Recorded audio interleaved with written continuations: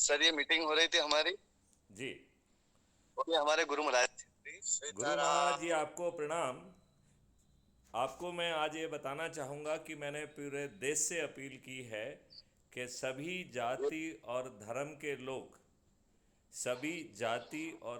के लोग अब क्राइम फ्री भारत के लिए हवन करेंगे, यज्ञ करेंगे, व्रत करेंगे, और ये जी हर जाति के और हर धर्म के करेंगे। तो इवन मुसलमानों से निवेदन किया गया है कि नमाज के बाद वह अपराध मुक्त भारत 21 लक्षों सहित अवतरित होने के लिए वो नमाज के बाद वो भी प्रेयर करें। क्रिश्चियन से अपेक्षा की गई है कि हर रविवार को वो चर्च में इकट्ठे होते हैं, वो अपनी समृद्धि के लिए और देश की समृद्धि के लिए और अपराध मुक्त भारत मिशन को ज़मीन पर उतारने के लिए वो भी जो है चर्च में प्रभु यीशु से आशीर्वाद प्राप्त करें। क्यों? क्योंकि इन दुष्ट राजनेताओं ने अपने देशवासियों के ऊपर गुलामों के नियम कानून थोप के रखे हैं। जी इन्होंने वही नियम जो अंग्रेज़ों ने भारतीय गुलामों को उत्पीड़ित करने के लिए, अपमानित करने के लिए, हीन भावना पैदा करने के लिए, शोषित करने के लिए और प्रक्रिया में फंसाकर उनको तोड़ने के लिए जो नियम कानून बनाए थे, हमारे इन दुष्ट राजनेताओं ने समझौता के तहत सत्ता का हस्तांतरण कराया। उस समय कराया जी। जब अंग्रेज डरे हुए थे। उस समय कराया हाँ जब उनके integrated commander in chief Auchinleck Claude Auchinleck ने इतना डर था कि उन्होंने एक एग्जिट प्लान सबमिट किया था, जिसके अनुसार यदि उन्हें भारत से चंद अंग्रेजों को लेके भागना पड़े तो उनकी क्या रणनीति होगी। अब अंदाज लगाइए, उस प्लान को लॉर्ड बॉबिल को सबमिट किया गया और लॉर्ड बॉबिल ने उस प्लान को अनुमोदित किया। यह उनके डर की जो है ना पराकाष्ठा को दर्शाता है। जब अंग्रेज आज़ाद हिंद फौज से, सुभाष चंद्र बोस से इतने डरे हुए थे कि उनका ट्रायल भी उन्होंने पोस्टपोन कर दिया, तब भी हमारे इन दुष्ट राजनेताओं ने इस देश का विभाजन करा दिया। ये इतने खुदगर्ज और स्वार्थी लोग हैं, ये इतने घिनौने चरित्र के लोग हैं, इनके लिए मात्र अपना जो है सत्ता सुख मायने रखता है। मैं पंडित जी आपसे प्रार्थना करता हूँ कि आज पूरे जी भारत का पूरे व्यक्ति आज अपने ही जिसकी जो प्रार्थना स्थल है, जो जी जिसको देवता को मानता है, उससे प्रार्थना जी। करे कि अपराध मुक्त भारत 21 लक्षों सहित हाँ अवतरित हो और सभी लोग अपने जो है ना आहुतियाँ दें, जो जिसकी पद्धति है उस पद्धति से काम करें और अपराध मुक्त भारत मिशन से लिंक के माध्यम से जुड़ने का संकल्प लें और 10 लोगों को जोड़ने का संकल्प लें। मैं महात्मा जी आपसे प्रार्थना करता हूँ, गुरु जी आपसे प्रार्थना करता हूँ कि आप जो है जी आसपास की संत समाज पर जाएं, उनको जागृत करें, उनको जोड़ें और यही काम उनको करने के लिए कहें। दिसंबर जी तक पूरी साधु संत समाज जगह जगह पे दौरा करे, जगह जगह पे हवन आरती करे, जगह जगह पर लोगों से संकल्प दिलाए और आहुतियों के साथ संकल्प दिलाए और 10 लोगों को जोड़ने की श्रृंखला को यदि हम नहीं तोड़ेंगे, टूटेगी। तो मैं आपको महात्मा जी विश्वास दिलाता हूँ, यह दुष्ट राजनेता जी। मतदान के पहले अपनी हार को स्वीकार कर लेंगे। आओ हम हाँ सब मिलके इसे सुनिश्चित करें।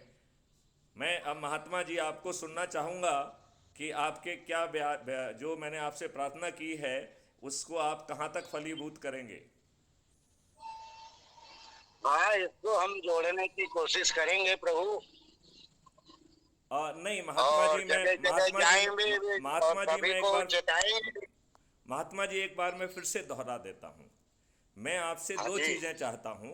एक चीज़ चाहता हूँ जी कि आप जो है अपने साथियों के साथ हर संतों के पास पहुँचें, उन्हें क्राइम फ्री हाँ जी भारत के बारे में बताएं, crime free Bharat YouTube channel के बारे में बताएं, अपने संकल्प के बारे में बताएं और उनसे भी प्रार्थना करें कि वो भी दौरा करें, वो भी व्रत करें, वो भी जो है ना हवन करें।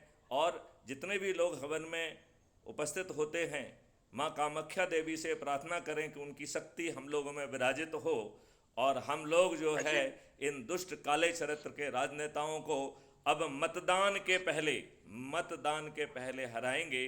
तो एक बार महात्मा जी, गुरु जी, मैं आपके मुखारबिंद से सुनना चाहता हूँ कि जो मैं प्रार्थना आपसे कर रहा हूँ वो कितने हद तक जो है आप उसे स्वीकार कर रहे हैं, और आप जो है अपने संत समाज के साथ जितने भी लोग हैं उन तक जाएंगे, ये बात पहुंचाएंगे।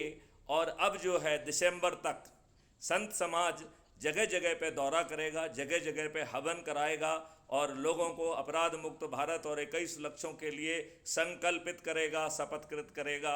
मैं महात्मा जी, गुरु जी, आपसे सुनना चाहूँगा कि आप हमारी इस प्रार्थना को किस हद तक स्वीकार कर रहे हैं।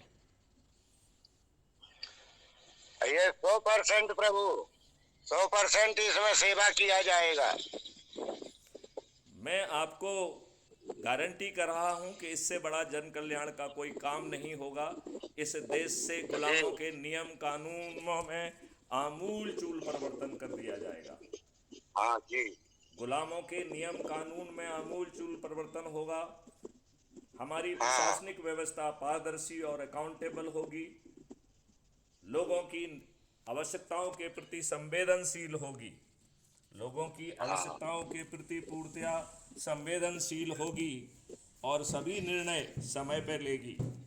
यदि वह समय पर निर्णय नहीं लेगी तो उसे खामियाजा देना होगा, उसे खामियाजा देना होगा, उसे क्षतिपूर्ति देना होगी।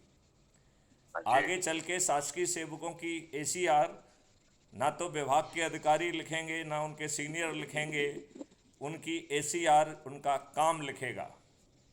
तो डिजिटली उनकी पूरी इन्फॉर्मेशन काम की हर पल एक्सट्रैक्ट होगी और उनका काम ही उनके काम का आईना होगा। उनके काम के आधार पर एक परफॉर्मेंस इंडेक्स बनेगी जिसके आधार पर उन्हें पदोन्नतियां मिलेंगी और वो इसी परफॉर्मेंस इंडेक्स के आधार पर पारदर्शी तरीके से अपनी पदस्थापना पा पाएंगे। इनके कंडक्ट रूल में आमूल चूल परिवर्तन कर दिया जाएगा। तो जब शासकीय अधिकारियों की एसीआर ना राजनेता प्रभावित कर सकेंगे, ना अधिकारी प्रभावित कर सकेंगे, उसकी एसीआर उसका काम ही लिखेगा और इनकी पदस्थापना भी इनके हाथ में नहीं होगी।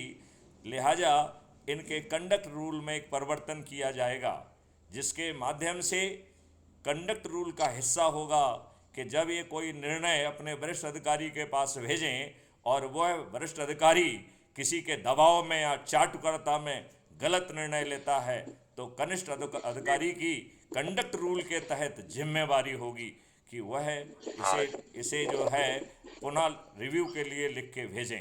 यदि रिव्यू के लिए लिख के भेजने पर यह कार्रवाई नहीं करते हैं तो ये पूरा वरिष्ठ अधिकारी का जो निर्णय है वह बाध्यता तो होगी, लेकिन ये निर्णय एक कमीशन के पास चला जाएगा। कमीशन उस पर कोई कार्रवाई नहीं करेगा, लेकिन यदि उस व्यक्ति की ये प्रवृत्ति होगी और जब वो पानी जो है और जो है उनका पाप जो है घड़े के सिर तक पहुंच जाएगा, तब इन अधिकारी को बुलाया जाएगा और अपने लिए गए गलत निर्णयों के बारे में उनसे पूछा जाएगा। यदि वह अपने निर्णय को नहीं सही साबित कर पाए तो उन्हें दंड भुगतने के लिए तैयार होना होगा। आने वाला भारत बिना थाने जाए एफआईआर दर्ज होगी। 15 दिन में अकाट साक्ष्यों के सहित जो आज पुलिस सोच भी नहीं पा रही है, उन साक्ष्यों को न केवल संग्रहित किया जाएगा बल्कि उसे हैश वैल्यू से लॉक किया जाएगा। उसके साथ ऑटोमेटिकली एडमिसिबिलिटी सर्टिफिकेट और chain of custody certificate attach हो जाएगा। उसे बड़ी से बड़ी टेक्नोलॉजी, डीप फेक टेक्नोलॉजी एक बहुत घातक टेक्नोलॉजी है, इवन वह भी इसमें गड़बड़ी नहीं कर पाएगी। इन अकाट्य साक्ष्यों के साथ चालान 14 दिन में पेश होगा और 3 दिन से 30 दिन के अंदर क्राइम फ्री भारत के डिस्ट्रीब्यूटेड वीडियो बेस्ड सिस्टम के माध्यम से लोगों को न्याय मिलेगा। यहाँ पर न्यायाधीशों की और वकीलों की संख्या बाधा नहीं बनेगी। सभी लोगों पर धन की वर्षा की जाएगी और अपराधी से जितनी भी धन की वर्षा हुई उसका टोटल करके 2 से मल्टीप्लाई करके वसूल किया जाएगा। इस प्रकार यह देश जो है अपराध मुक्त होगा। पेपर करेंसी खत्म कर दी जाएगी। लिहाजा पेपर करेंसी के खत्म होते ही भ्रष्टाचार मुक्त भारत होगा, हवाला कांड मुक्त भारत होगा, टुकड़े टुकड़े गैंग मुक्त भारत होगा, हथियार और नक्सल मुक्त भारत होगा। भारत आगे चल के विश्व की biggest research and development hub बनकर विश्व गुरु के रूप में स्थापना होगी। क्राइम फ्री भारत का एग्रो मॉडल किसानों की आमदनी 5 गुना और मजदूरों की आमदनी 10 गुना बढ़ाएगा।